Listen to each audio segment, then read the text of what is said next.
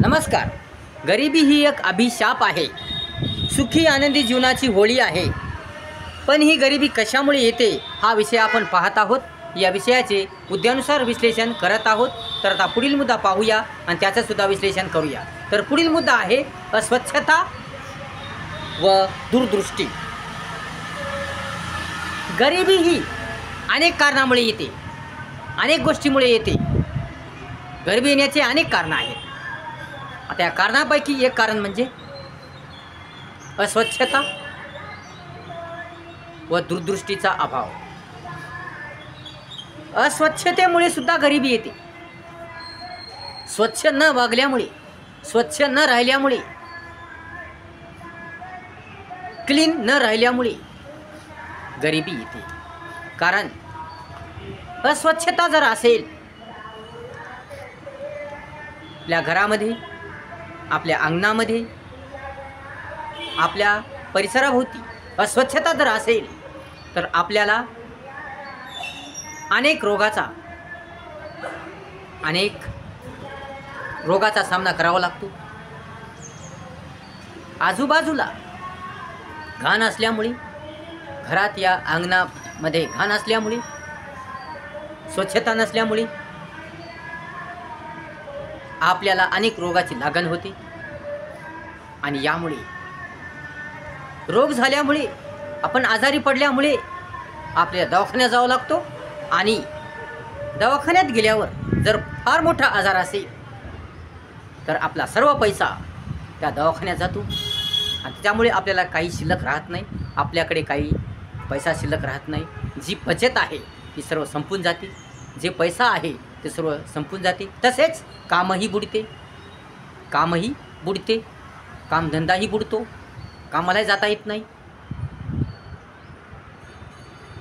अशा प्रकारे फार मोठं नुकसान होतं. आणि त्यामुळे आपल्याकडे काही शिल्लक राहत नाही. घरात काही आणायला सुद्धा पैसे राहत नाहीत. आणि या कारणानेच गरिबी येते. आणि या गरिबीचं रूपांतर नंतर दारिद्र्यात होते.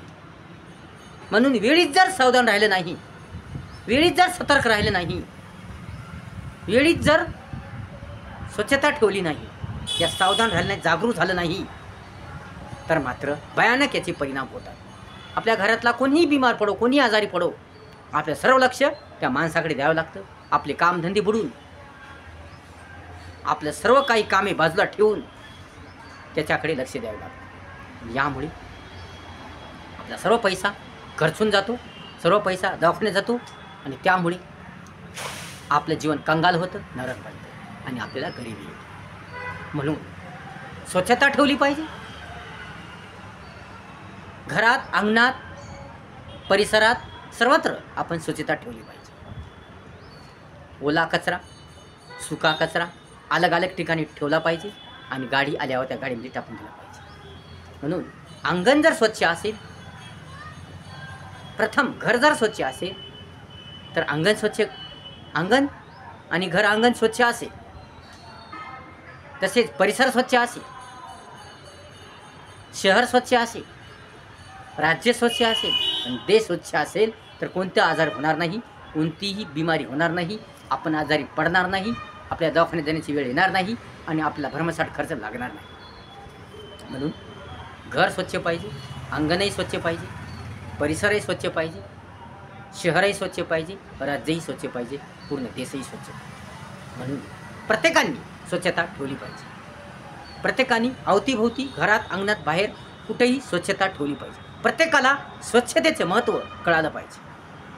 स्वच्छता किती महत्त्वाची आहे हे सर्वांना कळालं पाहिजे. स्वच्छता नसेल तर डास होतील, मच्छर होतील, फार मोठ्या प्रमाणात मच्छर होतील.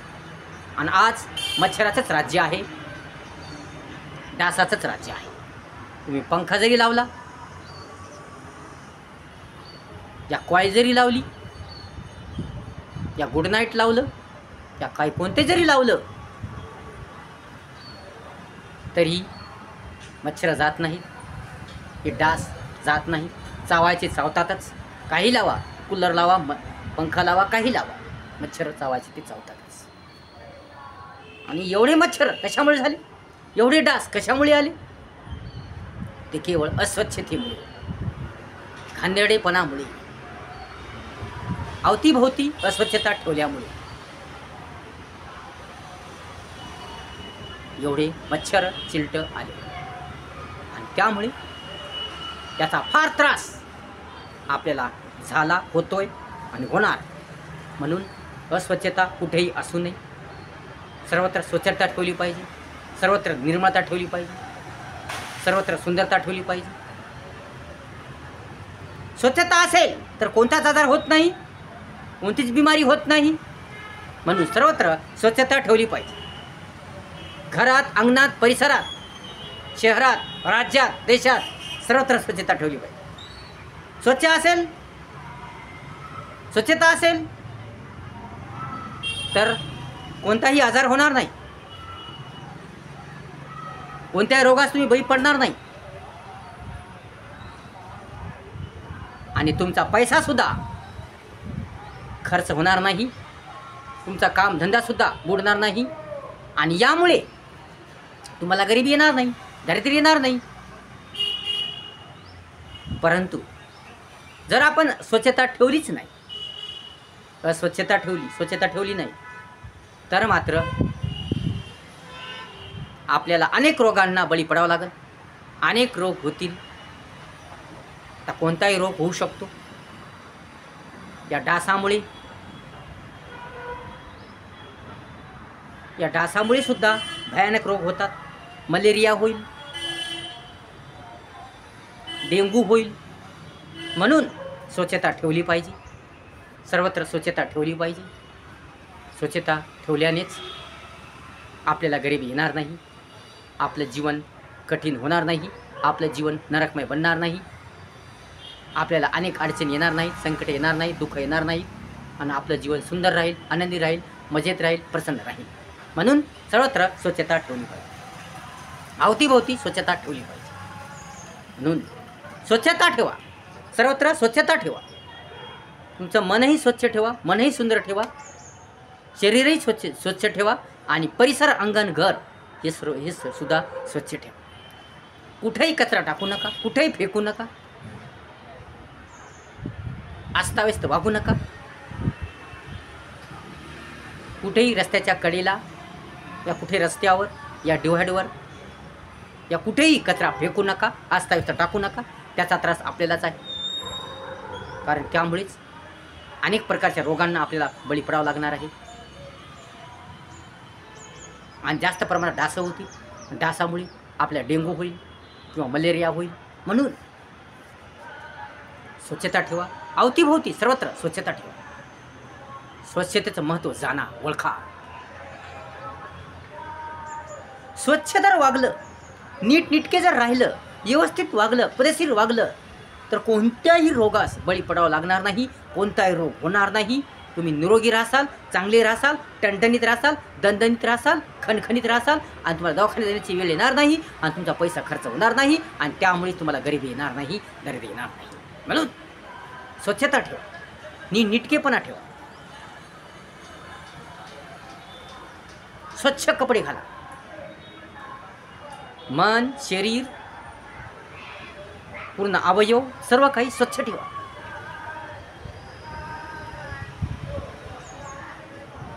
कारण अस्वच्छतेमुळेच आपल्याला अनेक रोगांना, आजारांना बळी पडावं लागणार आहे. त्याचे परिणाम आपल्या भोगावे लागणार आहे. तुमच्या जर अवतीभोवती कचरा असेल, या तुम्ही कसेही वागला, अस्ताव्यस्त वागला, स्वच्छ राहिला नाही,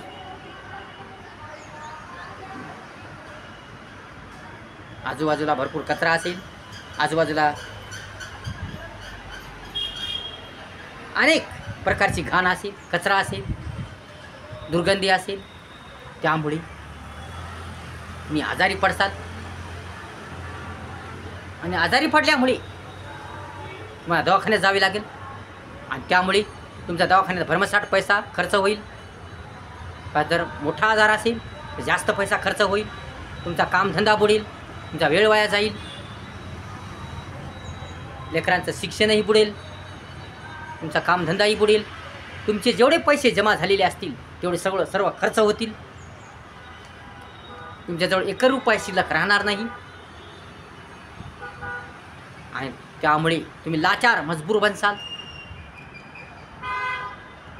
सर्व पैसा दवाखान्यात खर्च झाल्यामुळे तुमच्याकडे एकही रुपया राहत नाही. तुम्ही कंगालला कंगाल होता आणि तुमचं कामही बुडतं. आणि ऐनवेळी तुम्हाला कोणतं काम सापडत नाही. ऐनवेळी तुम्हाला कोणी कामावर ठेवत नाही. एकदा गेलेलं काम पुन्हा मिळत नाही. आणि एकदा गेलेली वेळ ती परत येत नाही. त्याच्यामुळे तुम्हाला अनेक रोगांना बळी पडावं लागेल. त्यामुळे तुम्हाला अनेक संकटांना समस्यांना तोंड द्यावे लागेल.